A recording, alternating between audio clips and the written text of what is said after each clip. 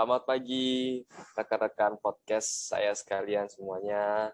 Di podcast kali ini saya dan kami bersama akan mencoba sharing dan bercerita terkait dengan bangga berbangsa dan bernegara. Nah, perkenalkan dulu dengan saya Brili. Kali ini saya tidak sendiri, tapi juga ditemani oleh dua rekan saya, yaitu ada Mbak Hani. Halo. Dan juga kemudian ada Mas Ali Yuda. Halo Mas Brili. Halo juga. Oke, sebelum kita masuk ke topik utamanya, izinkan saya terlebih dahulu untuk menjelaskan apa sih bangga berbangsa dan juga bernegara. Rasa bangga sebagai bangsa Indonesia itu merupakan cara berpikir, bersikap yang menunjukkan kesetiaan, kepedulian, dan menjunjung tinggi bahasa serta budaya bangsa.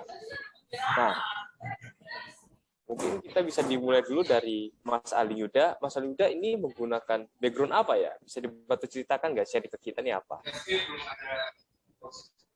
Oh iya Mas Brili, ini kebetulan ini background-nya nih ya.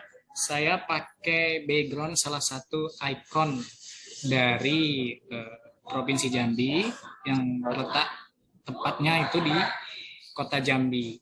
Nah, namanya ini adalah Jembatan Gentala Arasi, Mas. Di mana jembatan ini adalah jembatan yang merupakan ikon dari Provinsi Jambi yang memiliki panjang itu kurang lebih hampir 553 meter.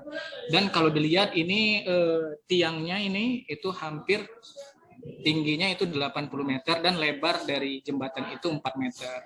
Nah, Jembatan Gentala Arisi ini sendiri ini diresmikan oleh Wakil Presiden kita pada saat itu yaitu Bapak Yusuf Kala ya, dan diresmikan pada tahun 2018. Oh iya Mas, selain dari Jembatan Gentala Arasi ini di Jambi juga ada loh namanya Tugu Keris. Nah, Tugu Keris itu terletak di daerah perkantoran di Kota Jambi ya, di mana di Tugu itu terdapat keris panjang 9 meter dan memiliki pondasi tiang berjumlah 9 buah yang menandakan sejarah dahulu dari Provinsi Jambi. Nah, yang perlu Mas Brili ketahui dan Mbak Hani ketahui juga, selain ikon, kita di sini di Jambi juga memiliki beragam suku. Di antaranya yaitu ada suku Kerinci, suku Batin, suku Penghulu, suku Rajau, suku Pindah, dan yang terkenal di Kota Jambi sendiri, di Provinsi Jambi sendiri itu ada namanya suku Anak Dalam. Nah, di mana suku Anak Dalam ini dia pada dulu kala itu tinggalnya di hutan ya dan bersifat nomaden. Nomaden itu pindah-pindah. Tetapi sekarang Provinsi Jambi sudah mulai untuk memodernkan dari suku Anak Dalam itu. Dan kalau Mas Brili atau Mbak Hani pingin main ke Jambi, nyoba-nyoba kuliner kita di sini, itu ada namanya tempoyak. Nah, tempoyak itu seperti duren yang difermentasikan, tapi itu bisa dikonsumsi, dibuat sayur, ya, dicampur dengan ikan. Pokoknya enak banget. Kalau Mas Brili dan Mbak Hani mau main ke Jambi, boleh deh cicip itu, saran saya. Kurang lebih seperti itu, Mas Brili. Menarik banget ini Mas Ali, dari menarik banget Mas Aling. Luar biasa. Mungkin bagi teman-teman, kawan-kawan yang suka sama durian, boleh tuh dicoba. Tapi kalau yang nggak suka durian seperti saya, mungkin bisa coba kuliner yang lain ya. Oh, masih banyak lagi kuliner yang lain, Mas Brili. Wah, luar biasa. Mungkin nanti kalau kita bisa ketemu mungkin dibantu jelaskan bisa lagi untuk sesi lainnya. Boleh, saya tunggu ya nanti ya di Jambi ya, Mbak Hani dan Mas Brili. Oke, siap. Nah, itu tadi kawan-kawan penjelasan dari Mas Aling. Nah, sekarang kita mau coba denger yuk dari Mbak Hani. Ini apa nih Mbak Hani? Lagi di gunung apa gimana ceritanya nih? Wah, ini ya kelihatan banget ya hijau-hijau gunungnya. Jadi ini background saya ini adalah Taman Nasional Bromo Tengger Semeru. Nah, Taman Nasional ini terletak di 4 wilayah administratif di Kabupaten di Provinsi Jawa Timur. yaitu di Kabupaten Pasuruan, Kabupaten Malang, Kabupaten Lumajang, dan Kabupaten Probolinggo. Jadi bisa dibayangin ya seberapa gedenya Taman Nasional ini, di mana kurang lebih luasnya 50 hektar. Nah, yang terkenal dari Taman Nasional ini salah satunya adalah ada lautan pasir yang disebut kawasan Tengger, di mana luasnya ini 10 km. Nah, selain lautan pasir ini, juga yang terkenal dari kawasan Tengger ini jelas namanya ada suku Tengger.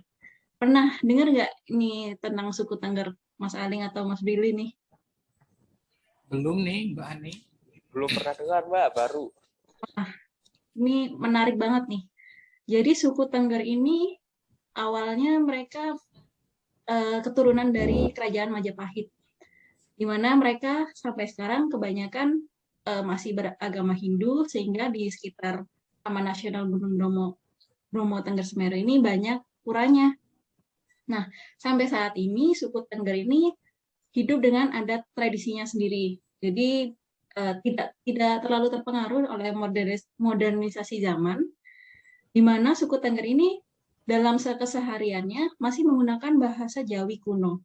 Nah, bisa dibayangkan nggak gimana kentalnya adat istiadatnya mereka.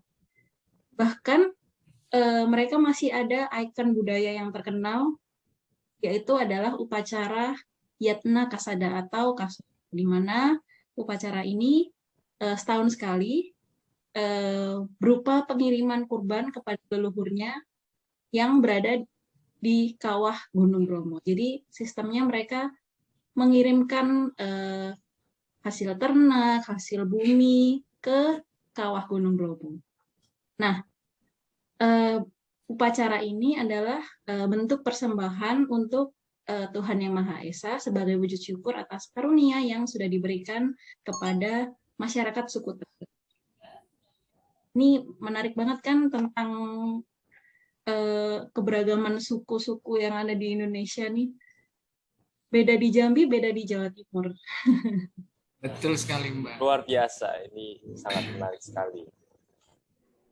Kalau Mas Kalau Billy Mas, nih, gimana nih Mas Billy nih?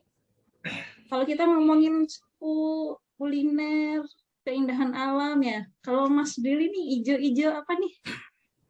Nah, ini lihat nih di belakang hijau-hijau ini seperti pasti sudah tahu dan sudah kenal gitu, atau bahkan mungkin sudah pernah menggunakan. Ini adalah aplikasi Gojek gitu ya.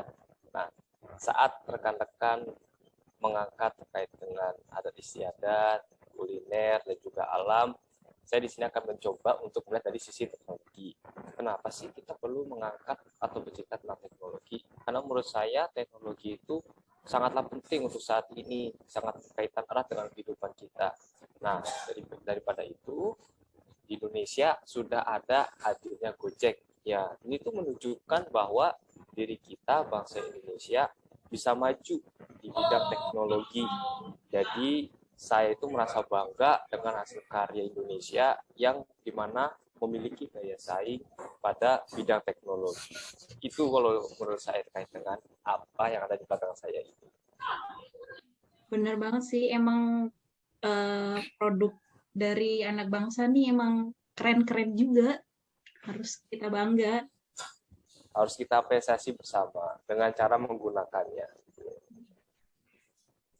Mungkin dari ketiga rekan kita hari ini sudah menyampaikan tentang latar belakang background-nya. Mungkin bisa saya simpulkan bahwa Indonesia itu sangat luar biasa ya, memiliki keanekaragaman suku dan budaya, keindahan alam yang tersebar di seluruh Indonesia. Dan tak hanya itu, Indonesia juga mempunyai ya potensi daya saing di bidang teknologi di kancah internasional. Nah, kemudian untuk kawan-kawan podcast semua, kawan-kawan penonton, saya harap podcast kali ini dapat meningkatkan rasa bangga berbangsa dan bernegara kawan-kawan. Pesan dari kami adalah mari bangga berbangsa dan bernegara dengan menghargai sejarah, budaya, kearifan lokal, serta menjunjung tinggi satu bahasa, yaitu bahasa Indonesia. Sekian dari kami. Wassalamualaikum warahmatullahi wabarakatuh. Waalaikumsalam.